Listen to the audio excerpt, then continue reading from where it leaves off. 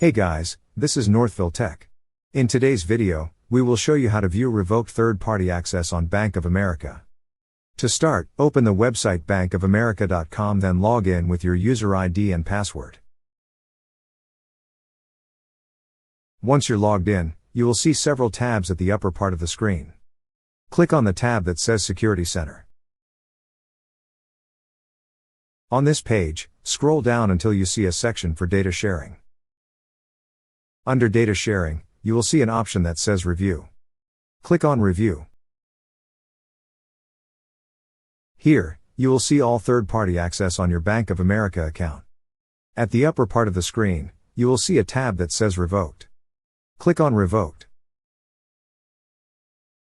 That's how you view your revoked third-party access on Bank of America.